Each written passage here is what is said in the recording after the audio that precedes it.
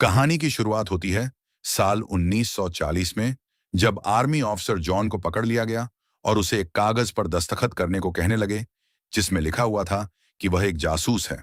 और क्योंकि यह बात झूठ थी, इसीलिए जॉन ने साइन करने से मना कर दिया।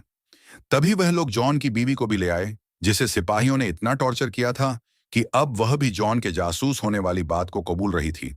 इसके बाद कई कैदियों को एक प्रजनन कैंप में भेज दिया गया। उन्हें बताया गया कि यह पूरा इलाका उनकी जेल ही है, क्योंकि वह जगह बर्फ से घिरी हुई थी। इसीलिए अगर कोई भागने की कोशिश करेगा तो जिंदा नहीं बच पाएगा। भगोड़ों के सर पर इनाम भी रखा जाता था। इसीलिए जो लोकल लोग हैं वह भी मार देंगे तुम्हें। फिर सभी कैदियों के सर मुंडवा दिए गए और रात को जब खाने का समय हुआ तो उन्हें बहुत ही कम खाना मिला। विटामिन्स की कमी की वजह से बहुत सारे आदमियों को रात को दिखना कम हो गया था। फिर स्मिथ नाम के आदमी ने गलती से थोड़ा खाना गिरा दिया। एक मजबूर कैदी तुरंत उस पर झपट पड़ा, लेकिन स्मिथ ने तुरंत पैर रखकर अपना खाना बचा लिया। जॉन को उस आदमी पर दया आई और उसे अपना खाना दे दिया। इस पर स्मिथ ने उसे कहा कि ज्यादा दयालु बनना भारी पड़ेगा यहाँ पे, लाडले जान चली जाएगी यहाँ पे। स्मिथ के वहां से जाने के बाद रॉय नाम के कैदी ने जॉन को बताया कि वो एक अमेरिकन है। सिर्फ इसी वजह से उसे पकड़ लिया, जेल में डाल दिया। जॉन ने बताया कि मुझे भी झूठे आरोप में फंसाया गया है भाई। जिस पर रॉय हंसते हुए बोला कि मैंने तो बस गलत मूवी में एक्टिंग कर ली, ये गुनाह है मेरा।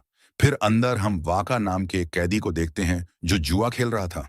रॉय ने जॉन को उसके बारे में बताया कि यह एक खतरनाक बदमाश है। गार्ड्स वाका को कुछ भी करने से नहीं रोकते, इसीलिए सब लोग उससे डरते हैं। कुछ दूसरे कैदियों को गुलाम मजदूरों के तौर पर पकड़ा गया था। अब जॉन बात करने लगा कि भाई यहां से भागना हो तो क्या करें, लेकिन रॉय ने कहा कि नामुमकिन है भाई। उसने चेतावनी दी कि जिंदा नहीं बच पाएगा भाई। उसी वक्त वाका ने एक कैदी से उसकी स्वेटर मांगी। जब उस आदमी ने मना किया तो वाका ने चाकू निकालकर उसे घोंप दिया। फिर एक दूसरे कैदी ने उसका स्वेटर उतारकर वाका को दे दिया, जिसे देकर उसने जुए में हारे हुए पैसे एक तरह से छुकते कर दिए। दिन बीतते गए और जॉन ने धीरे धीरे कैंप के तौर तरीकों में खुद को ढाल लिया। कैदियों को बर्फ में कोयला निकालने और लकड़ियां काटने का काम करना पड़ता, लेकिन उन्हें खाना बहुत कम दिया जाता और उनके सोने की जगह बिल्कुल भी गर्म नहीं थी। उन्हें नए कपड़े और जूते तक भी नहीं मिलते थे। एक रात जॉन को अपने कपड़ों में कुछ जुएं मिली और रॉय कहने लगा कि मेरे पास इसका एक पुराना घरेलू इलाज है। उसने जॉन से कहा कि आजा बाहर चल, पर तभी अचानक उन्हें एक धमाके की आवाज सुनाई दी। जल्द ही उन्हें समझ आया कि कोयले की खदान में धमाका हुआ है। जब रॉय उसके कपड़े को बर्फ में दबा रहा था तो जॉन टावर को देखकर भागने के बारे में सोच रहा था। रॉय ने बताया कि मेरा एक दोस्त है लाजर, वो हमें यहां से निकाल सकता है। जिसके बाद वह प्लान के बारे में बातचीत करने लगे और यह तय किया कि यहां से भागकर अगर वह साउथ की डायरेक्शन में जाते रहे तो मंगोलिया देश पहुंच जाएंगे। लेकिन इतने लंबे रास्ते के लिए उन्हें खाना इकट्ठा करना होगा और साथ ही ठंड कम होने का इंतजार भी, क्योंकि इस बर्फ में तो मारे जाएंगे। इसके बाद रॉय ने सिगरेट्स के बदले में खाना लेना शुरू किया, जिसे उसने लकड़ी के डीले फर्श के नीचे छुपा दिया। जॉन ने दबाए हुए कपड़ों को चेक किया और देखा कि सारी जुएं वहीं जमा हो गई थीं। कुछ समय बाद सिपाही कैदियों को काम पर ले जाने की कोशिश करने लगे, लेकिन तेज बर्फबारी आंधी की वजह से उनका चलना मुश्किल होने लगा और कुछ आदमी गिरने लग गए। सिपाहियों ने कैदियों को थोड़ी देर के लिए लेटने दिया, यह कहते हुए कि हमें कोई परवाह नहीं है अगर तुम मर भी गए तो। जब स्मिथ ने शिकायत की तो उसके सर पर बंदूक तान दी गई, लेकिन वह गार्ड को नजरअंदाज करके जंगल की तरफ जाने लग गया। फिर सिपाही भी सभी कैदियों को जंगल के अंदर ले गए। कैदियों ने जल्दी से लकड़ियों को जोड़कर एक छोटा सा बसेरा बना लिया और वह स्मिथ को भी साथ शामिल होने को कहने लगे।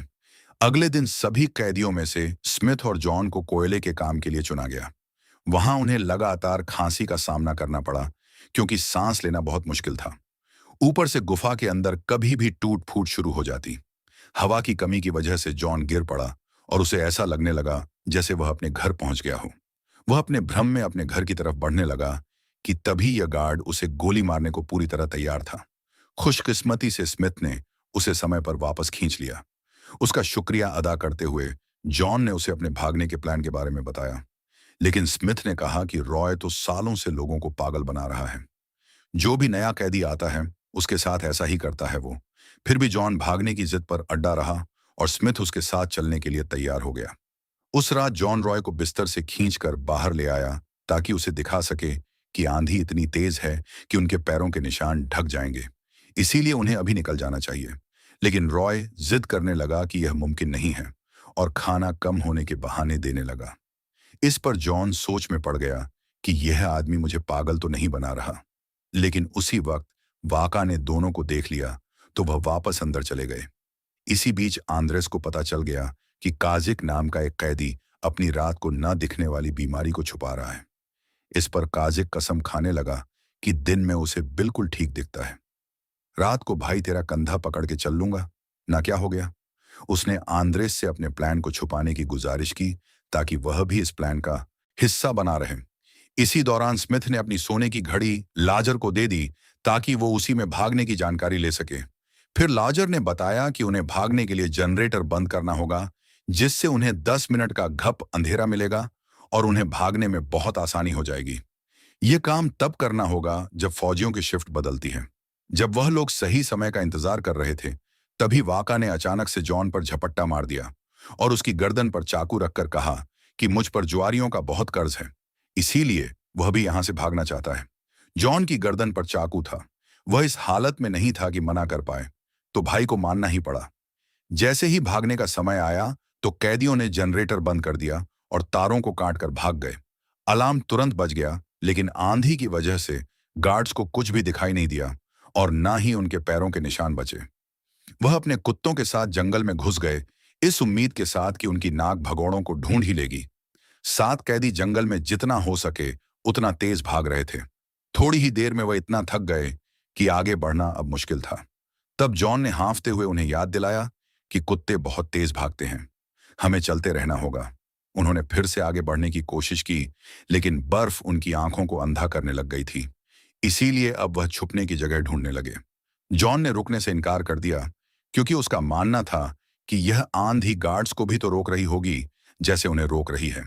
फिर उसने वाका का चाकू लिया और पेड़ों की छाल काटकर अपने लिए एक मास्क बना लिया, जिससे वह अपने चेहरे को बर्फ से बचा सकेंगे। अब वह बिना किसी दिक्कत के चल सकते थे। कुछ समय बाद जब आंधी रुकी तो वह लोग आराम करने के लिए एक जगह बैठ गए और उन्होंने अब अपना पूरा खाने का सामान इकट्ठा किया। तब जॉन ने देखा कि वाका ने रॉय की जैकेट पहनी हुई थी। तब वाका ने बताया कि रॉय लगभग हमें धोखा देने ही वाला था, लेकिन मैंने उसे चुप रहने पर मजबूर कर दिया और उसका जमा किया हुआ सारा खाना लेकर आया हूं। फिर जब उन्होंने दोबारा सफर शुरू किया तो स्मिथ ने चुपके से जॉन से कहा कि वाका को साथ लेना शैतान से सौदा करने जैसा है। इसके बाद अचानक दूर से उन्हें चीखों की आवाज सुनाई देने लगी, लेकिन वो सिर्फ भेड़िए थे। दिन बीतने लगे और जॉन जैसे तैसे अपनी ट्रेनिंग का इस्तेमाल करते हुए धूप की दिशा को देखकर रास्ते का चुनाव करने लगा। ये सब देखकर वाका बहुत खुश हुआ। उसने जॉन से कहा कि कुछ भी हो भाई, मैं तेरा साथ दूंगा। ये लोग मेरे बारे में उल्टा पुल्टा बोलेंगे, तू सुनना मत। फिर अगली बार जब वह आराम करने बैठे तो जॉन समझ गया कि उन्हें पास वाली झील तक पहुंचने के लिए अभी 3 या 4 हफ्ते लगेंगे, लेकिन उनके पास सिर्फ एक ही हफ्ते का खाना बचा है। इसीलिए उन्हें शिकार करना होगा या मछलियां पकड़नी होंगी। वाका खेतों के साथ में बसे हुए गांव को लूटना चाहता था, लेकिन बाकी सब ने इससे मना कर दिया। इसी दौरान काजिक लकड़ी ढूंढने चला गया, लेकिन फिर रात हो गई और इसीलिए उसे दिखाई देना बंद हो गया, जिसकी वजह से वह बेचारा जंगल में खो गया। वह वापसी का रास्ता ढूंढते हुए भटकने लगा, लेकिन ठंड की वजह से उसे भ्रम होने लगे। तभी उसे अपना पुराना टीचर पास खड़ा दिखाई दिया और दूर एक शहर नजर आया। उसने सोचा कि आखिरकार वह लोगों तक पहुंच ही गए, लेकिन जब दूसरे लोग उसे ढूंढने के लिए निकले तो वह यह देखकर टूट गए कि काज एक कैंप से सिर्फ कुछ मीटर दूर ही जमकर मर चुका था। उन्होंने उसे दफनाया और उसकी आत्मा की शांति के लिए प्रार्थना की। हालांकि वाका का यह कहना था कि खाने के लिए एक मुंह कम हो गया। ठीक है, अपना खाना ज्यादा दिन चलेगा, लेकिन इसके बावजूद कुछ हफ्ते बाद सभी आदमी खाने के लिए बेहाल हो गए, इतना कि वह जमीन से कीड़े और घोंसलों से अंडे पकड़ने लगे। उनके शरीर इतने थक चुके थे कि आगे बढ़ पाना बहुत मुश्किल था। इसीलिए उन्होंने एक गुफा में पनाह ली, जहां टोमास ने होश में रहने के लिए दीवारों पर पेंटिंग बनानी शुरू की। एक रात वाका ने जॉन से पूछा कि इनमें से कौन सबसे पहले मरेगा। उसकी बातों से ऐसा लग रहा था कि अब वह अपने ही साथियों को खाने के लिए तैयार था। अचानक से उन्हें कुछ आवाज सुनाई दी और उन्होंने देखा कि कुछ भेड़िए एक मरे हुए जानवर को खा रहे थे। आदमी दौड़ते और चिल्लाते हुए लकड़ियां हिलाने लग गए, जब तक कि भेड़िए डर कर भाग नहीं गए वहां से। फिर जॉन ने देखा कि उसके सभी दोस्त इतने भूखे थे कि जानवरों की तरह उस जीव के शरीर को खाने लगे। इससे तंग आकर जॉन ने अकेले ही झील ढूंढने का फैसला किया और दूसरों से कहा कि अगर मैं 1 हफ्ते में वापस ना आऊं तो बिना मेरे ही सफर को जारी रखना। एक लंबा सफर तय करने और बारिश से बचने के बाद जॉन को फिर से भ्रम होने लग गया। लेकिन कुछ दिन बाद वह कैंप वापस आ गया और उसने बताया कि उसे झील मिल गई है। थोड़ा आराम करने के बाद जॉन सभी के साथ झील की तरफ निकल पड़ा और 3 दिन चलने के बाद वह वहां पहुंच भी गए। वहां थोड़ा ताजा होने के बाद वह बॉर्डर की तरफ बढ़ने लगे। जंगल पार करते हुए उन्हें ऐसा महसूस होने लगा कि कोई तो उनका पीछा कर रहा है। फिर उन्होंने बड़ी चालाकी से उस इंसान को घेर लिया और वाका ने तो लगभग उस पर हमला कर ही दिया था, लेकिन जॉन ने उसे ऐन मौके पर रोक दिया। वो रहस्यमयी इंसान एरिना नाम की एक पॉलिश लड़की थी, जो बेचारी खुद भी उनकी तरह कहीं से भाग कर आ रही थी और खाने और सुरक्षा के चक्कर में उनका पीछा कर रही थी। जॉन उसे साथ ले जाना चाहता था, लेकिन बाकियों ने मना कर दिया क्योंकि उनके पास इतना खाना नहीं था और वह लड़की है तो उनकी रफ्तार को भी धीमा कर देगी। कुछ देर बाद उन्हें कीचड़ में फंसा हुआ एक जानवर मिला जो उनका रात का खाना बना।